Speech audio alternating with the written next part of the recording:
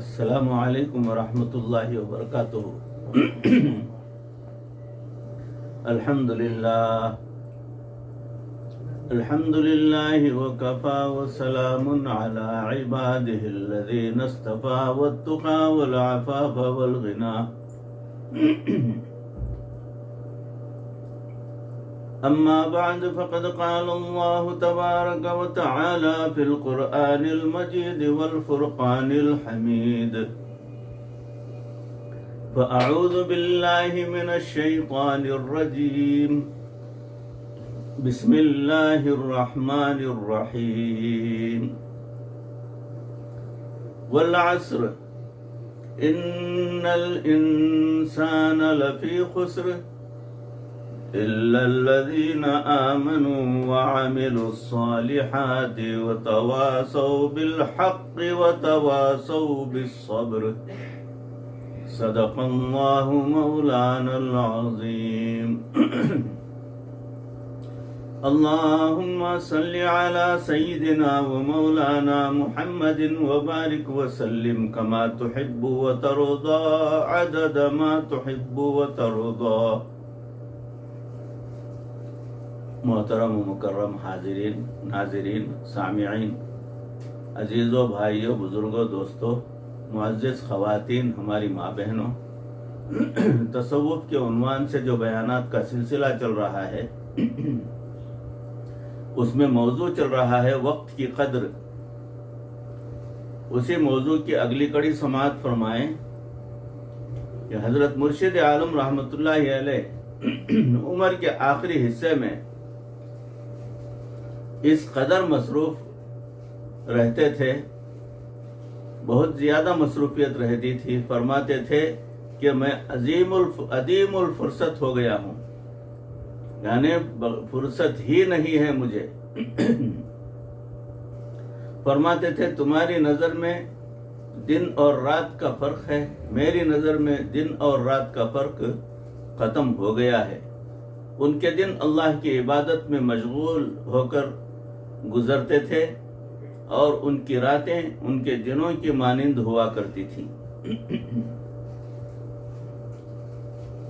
اور حضرت اقدس اشرف علی تھانوی رحمۃ اللہ علیہ کا معمول رمضان المبارک میں یہ تھا کہ حضرت اقدس فرماتے تھے کہ رمضان المبارک آتا ہے تو لوگوں کے اعمال میں خوب اضافہ ہوتا ہے، اور فرماتے ہیں کہ میرا تو یہ حال ہے کہ رمضان اور غیر رمضان میں معمول ایک ہی جیسا ہوتا ہے، یعنی جس ترتیب پر ہم رمضان گزارتے ہیں اس ترتیب پر ان کی پوری زندگی گزرتی تھی۔ حضرت مفتی شفیع صاحب رحمۃ اللہ علیہ فرمایا کرتے تھے کہ میں نے اپنے بڑوں کو دیکھا کہ وقت کے کتنے قدردان تھے۔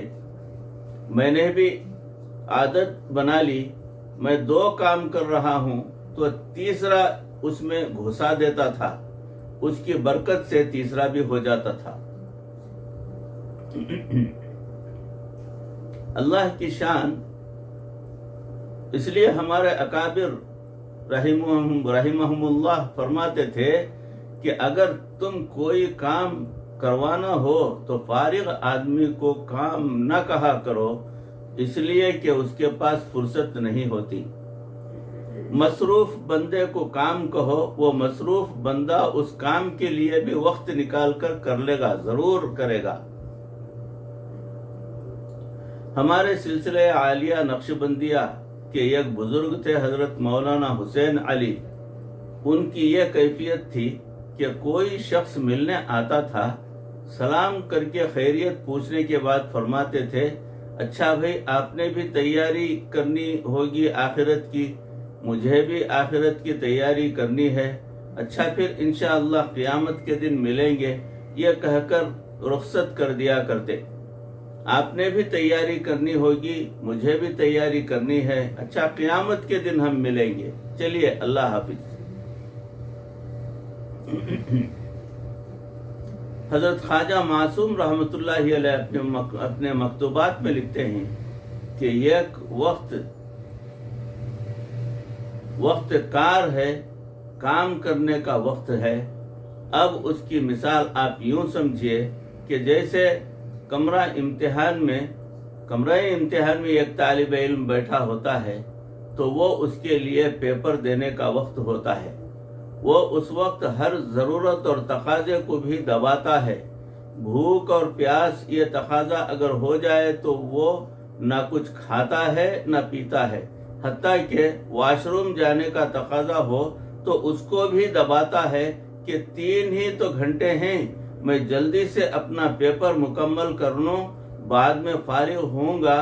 اس دوران اگر اس سے کوئی گفتگو کرنا چاہے تو اس کو بوجھ محسوس ہوتا ہے، حتیٰ کہ اگر ایگزامینر اس کے قریب آ کے کوئی اعلان کرنا چاہے تو اس کا دل چاہتا ہے کہ یہ جلدی اعلان کر کے وہاں سے جان چھوڑے چلے جائے، میں پیپر مکمل کر لوں۔ تو یہ کیفیت طالب علم کی کمرہ امتحان میں ہوتی ہے۔ مومن کے قلب کی ہر وقت وہی کیفیت ہوتی ہے، اس لیے کہ دنیا ہمارے لیے کمرہ امتحان کی مانند ہے۔ الدنیا دار المحن، دنیا امتحان گاہ ہے، ہم کمرہ امتحان میں ہیں۔ یاد رکھیں، مر جانے کے بعد انسان ایک مرتبہ سبحان اللہ کہنے کے ثواب کو ترسے گا کہ کاش مجھے ایک مرتبہ سبحان اللہ کہنے کا اجر مل جائے۔ آج سائنسی دور ہے، آج کے زمانے کے انسان نے وقت کی قدر و قیمت کو دنیا کے نقطۂ نظر سے پہچانا، لہذا جتنی بڑی بڑی انڈسٹریز ہیں ان میں وقت کو بچایا جاتا ہے۔ یہ جو آٹونیشن کی جاتی ہے، آٹومیٹک مشین، اور آٹونیشن کے پیچھے انڈر لائن ایک آئیڈیا کیا ہے کہ کم وقت میں زیادہ پروڈکشن دینا۔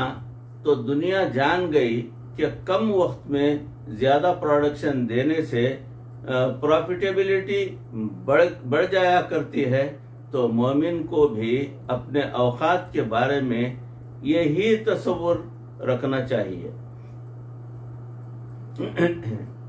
ٹرسٹ ان ٹائم سسٹم، یہ آج سے ایک مرتبہ ٹویوٹا کمپنی کی اینول رپورٹ پڑھ رہا تھا تو انہوں نے لکھا کہ ہماری اسمبلی یونٹ ہے، کار کا اسمبلی لائن ہوتی ہے، تو اس میں گاڑی کا فریم شروع میں رکھا جاتا ہے، پھر کوئی بندہ اس میں پہیے فٹ کرتا ہے اور کوئی لائٹس فٹ کرتا ہے، کوئی دروازے فٹ کرتا ہے، وہ آگے کنویٹ چلتی رہتی ہے، مختلف لوگ مختلف چیزیں فٹ کرتے کرتے آخر میں وہ پینٹ ہو کے فنش ہو کے گاڑی نکل آتی ہے۔ تو انہوں نے محسوس کیا کہ ایک بندہ ایک وقت میں ایک کام کرتا ہے تو ہمیں زیادہ بندے رکھنے پڑتے ہیں اور زیادہ تنخواہیں دینی پڑتی ہیں۔